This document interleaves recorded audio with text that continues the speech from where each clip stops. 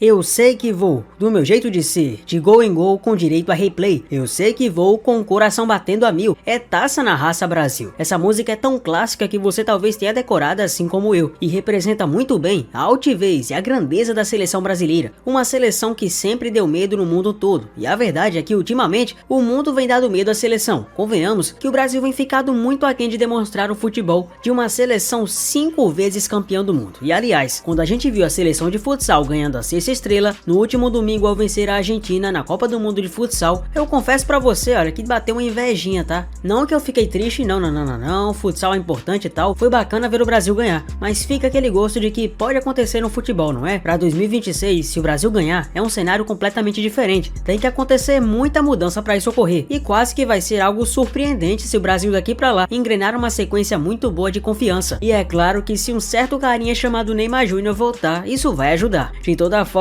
pois bem, vamos ver qual vai ser a provável escalação, quase que já confirmada, de Dorival Júnior para enfrentar a seleção do Chile. E se a seleção for bem contra o Chile, essa vai ser a mesma convocação contra o Peru. Vamos um por um, de nome por nome. Se inscreva no canal, deixa seu like e acompanhe tudo junto comigo. O técnico Dorival Júnior prepara mudanças para tentar reabilitar a seleção nas eliminatórias da Copa do Mundo de 2026. Diante do Chile nessa quinta-feira, às 9 horas de Brasília, em Santiago, o técnico pode levar a campo um esquema tático diferente, além de caras novas na equipe. No treino dessa terça-feira, no CT do Palmeiras, o Dorival montou o meio de campo sem o Bruno Guimarães, que foi titular em 9 dos 10 jogos desde a chegada do técnico. Ele só não iniciou o amistoso contra o México, quando os principais jogadores foram poupados. O setor teve André e Lucas Paquetá na iniciação das jogadas. À frente deles atuaram Savinho, Rafinha, Rodrigo e Igor Jesus. Convocado pela primeira vez, o atacante do Botafogo pode ser a grande novidade na seleção. Outro novato que trabalhou entre os titulares foi o Abner, lateral esquerdo, que teve bastante liberdade para poder apoiar. Em outra parte do treino, Alex Telles foi escalado entre os 11. Ao longo desse mesmo treino,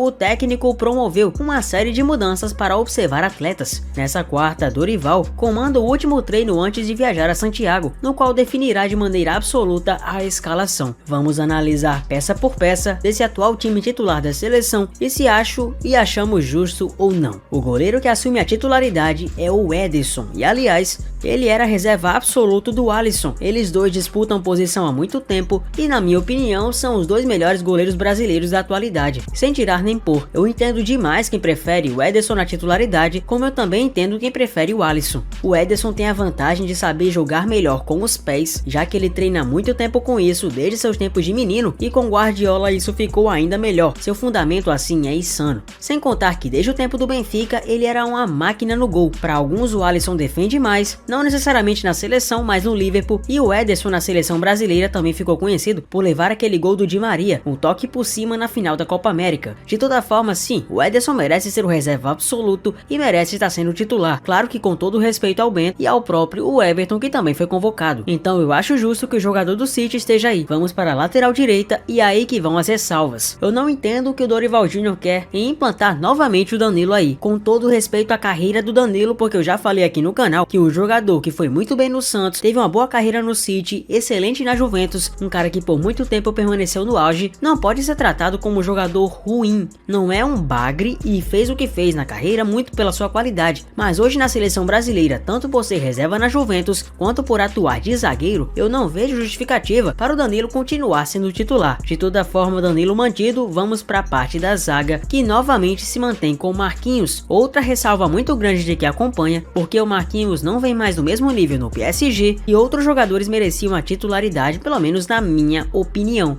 Na minha opinião, se o Bremer tivesse aí, seria certamente uma zaga com Bremer e Gabriel Magalhães. Porém, o Marquinhos segue na titularidade, bem como o Gabriel Magalhães também, e eu acho muito justo. O Gabriel é muito bom no Arsenal e sua temporada tá absurda. Tanto ele dá muita segurança para a equipe dos Gunners, como também tem um cabeceio muito potente. Não há dúvidas que ele realmente mereça a titularidade, sem contar que eu acho que ele não foi ruim nos últimos jogos das eliminatórias contra Equador e o próprio Paraguai. Então vamos para outra parte da lateral, que envolve Abner. Esse setor acabou sendo prejudicado após a lesão de Guilherme Arana, jogador do Atlético Mineiro, que acabou sendo lesionado. O Abner é um jogador muito bom.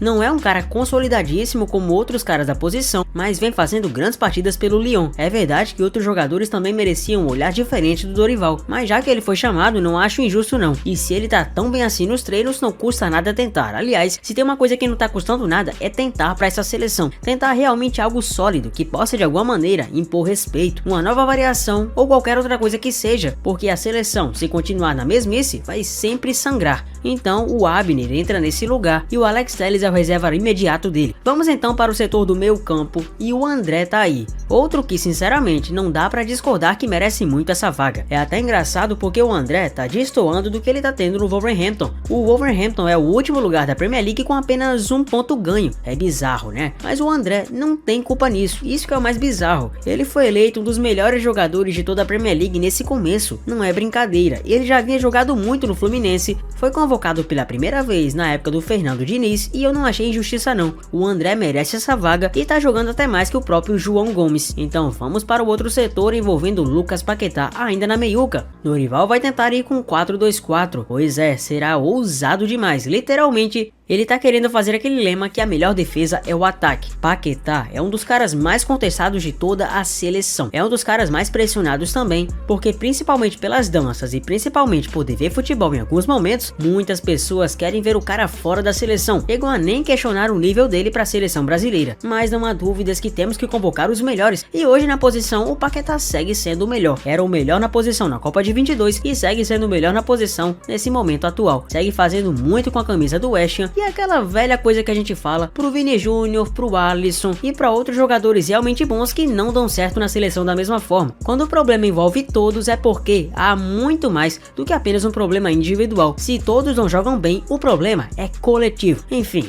tirando essa reflexão, vamos pra frente. O primeiro nome do ataque chama-se Savinho, merecido demais. O cara que simplesmente assumiu a titularidade do Manchester City. Ah, mas você tem que ser muito bom de bola pra chegar batendo bronca assim, principalmente chamando a atenção de Pep Guardiola e dos principais tabloides ingleses. Não há dúvidas que Savinho, pelo menos na minha ótica, merece essa vaga. E eu acho muito justo que ele seja mantido aí, já que na Copa América por algum momento foi convocado e chegou até mesmo a ser titular em uma partida ou outra. Mas o Savinho merece de fato a titularidade absoluta, pelo menos na minha opinião, não há dúvidas. E se há alguém, mas se há alguém que merece sim essa nova oportunidade, essa segunda chance, é o Rafinha. E se o Rafinha não render na seleção do Dorival, aí realmente a gente começa a ver que o problema é técnico e não é técnico do Rafinha no sentido técnico dele, técnico de treinador. O problema é treinador. O problema, se não der certo, vai ser do Dorival, porque o que o Rafinha tá comendo de bola no Barcelona, não será possível que o Dorival consiga errar e, de alguma forma, diminuir a intensidade do Rafinha. Quem tá acompanhando o Barcelona tá vendo que o Rafinha, sem exagero, não ironicamente, tá sendo um dos melhores jogadores da temporada. Não só entre os brasileiros não. O cara tá medindo o nível com Lewandowski e outros grandes caras do próprio time. Não tá devendo futebol nem mesmo pra Lamine Yamal, seu companheiro. Então o Rafinha merece demais essa vaga. E se ele não render, aí é que a gente tem que tomar muito cuidado. Porque se o Rafinha não estiver apresentando, é sinal que o problema tá muito mais embaixo. Vamos então para Rodrigo o Raio, outro cara que também pra mim é incontestável, assim como o Vini. Mas as pessoas falam, o Rodrigo não joga a mesma coisa que no Real Madrid. Mas novamente eu falo, me diga algum jogador que joga a mesma coisa na seleção que nos seus clubes. Não tem, né?